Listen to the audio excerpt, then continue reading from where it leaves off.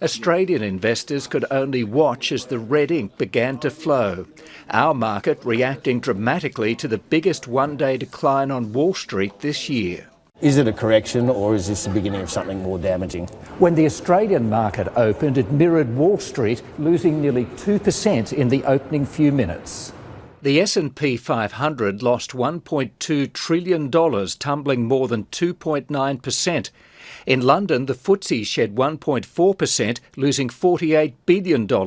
And in Asia, stock markets followed suit, Tokyo's Nikkei down 1.2%. The bond market has been, I guess, screaming to the equity market recessionary fears are afoot, but the equity market to date has just ignored that.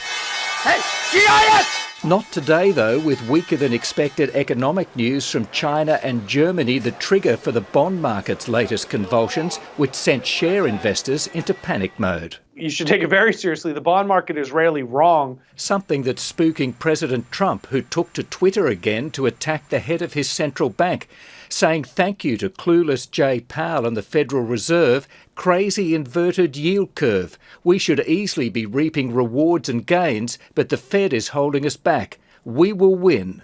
Mr Powell's proven in the past that he'll act independently. We've got no reason to think that that will change. Under normal conditions, longer-term loans, and that's what bonds are more expensive than shorter-term loans. It's because the longer you invest, the greater the risk.